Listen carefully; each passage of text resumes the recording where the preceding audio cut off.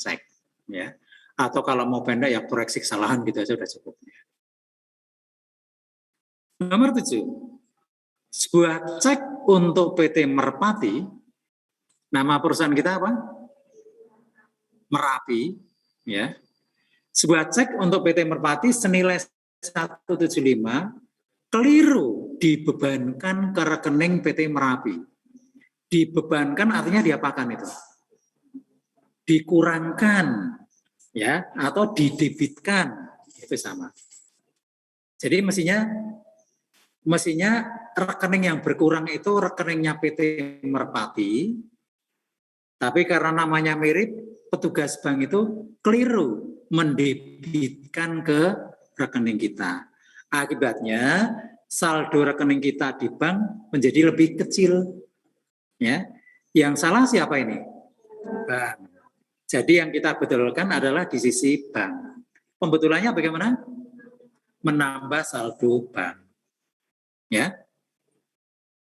Keterangannya apa kira-kira ini? Sama ya, koreksi kesalahan tapi di sisi bank. Oke. Kalau semuanya sudah kita identifikasi, kita tinggal membuat rekonsiliasinya seperti ini. Ya. Nah, di sini namanya 2 kolom, tapi memang disajikan atas bawah. Ya. Kalau Anda mau membuat kiri kanan juga boleh. Ya. Nah, kemudian yang mana dulu yang akan kita reconcile? Itu tidak ada aturan. Boleh yang bank dulu, boleh juga yang perusahaan dulu. Tapi yang lazim, ya, yang lazim itu memang bank dulu.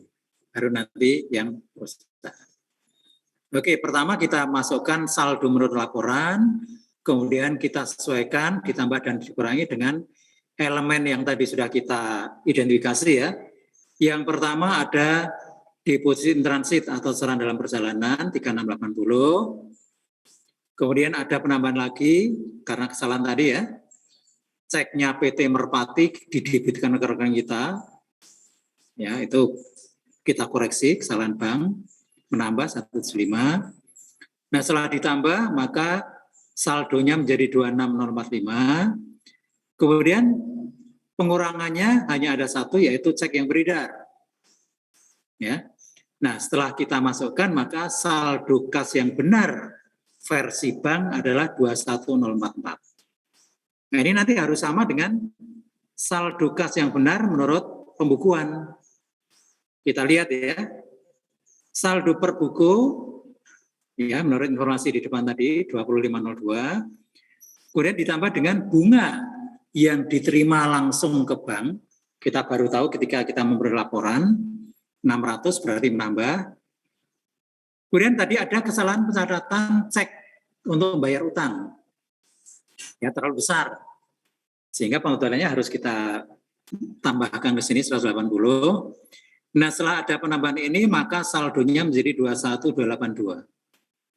Dikurangi yang pertama adalah beban administrasi bank 18. Dikurangi lagi dengan cek kosong 220. Ya, maka setelah dikurangi dengan 2 item ini, saldo kas yang benar menjadi 21044.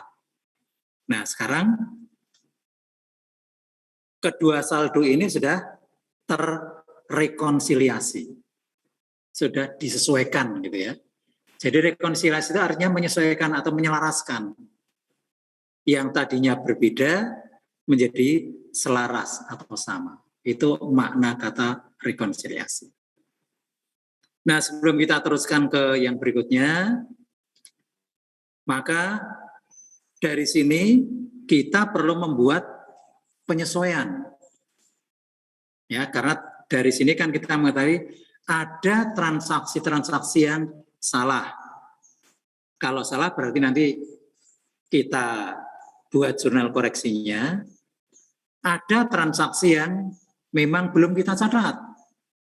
Pendapatan bunga belum kita catat. Beban administrasi belum kita catat. Ya. Cek kosong itu lebih bermakna koreksi. Jadi baik koreksi maupun transaksi belum kita catat, nanti akan kita rangkum dalam satu jurnal namanya jurnal penyesuaian. Kalau jurnal penyesuaian itu kan sebenarnya hanya judul saja, menyesuaikan akun. Ya. Jadi tidak usah dianggap sebagai sesuatu yang eksklusif, yang beda. Gitu. Oke. Nah, ada 2 item yang bersifat menambah dan 2 item yang bisa mengurangi, berarti nanti ada 4 jurnal, ya kan? Nah, 4 jurnal ini boleh dibuat sendiri-sendiri, boleh dibuat 2 jurnal, 2 yang bersifat nambah, 2 yang bersifat mengurangi, boleh juga dijadikan 1. Ya. Mengapa kok boleh? Syarat untuk menggabungkan 2 jurnal itu apa? Menggabungkan beberapa jurnal menjadi 1. Syarat pertama, ada akun yang sama. Kalau ini kan ada akun yang sama, yaitu kas, baik debit maupun kredit.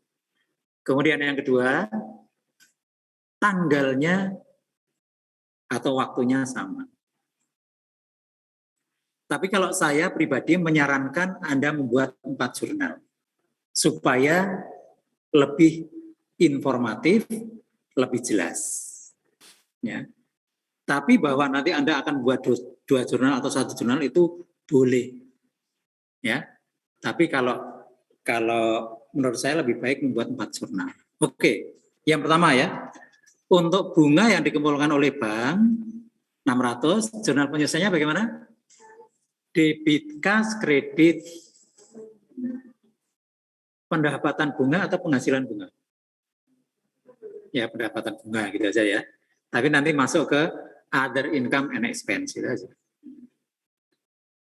Oke, itu jurnal pertama, debit, kas, kredit, pendapatan bunga. Kemudian yang kedua, kesalahan pencatatan cek.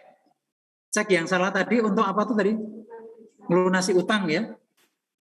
Tadi kan kita mencatat debit utang dagang, kredit kas terlalu besar. Ya, harusnya 131, keliru dicatat 311. Koreksinya berarti yang terlalu besar dikurangi. Ya, jadi kasnya kita debit, yang kita kredit utang dagang sebesar 180. Ya. Jadi kalau sendiri-sendiri itu nanti dibaca juga ketahuan asal usulnya gitu ya, lebih enak dibaca. Kemudian jurnal yang ketiga dan keempat itu sifatnya mengurangi kas. Jadi nanti yang kita kredit adalah kas. Kalau untuk yang pertama 18 jurnalnya kira-kira bagaimana?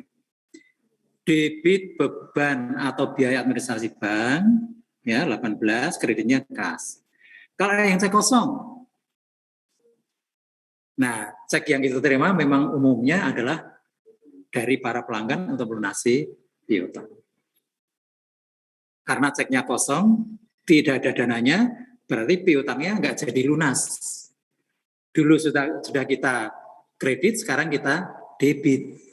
Sehingga jurnalnya debit piutang dagang, kreditnya kas.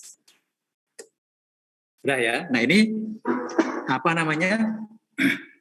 baru mengkonfirmasi atau mengulang rekonsiliasi yang dulu pernah kita bahas. Sudah ya. Nah sekarang kita akan masuk ke rekonsiliasi 4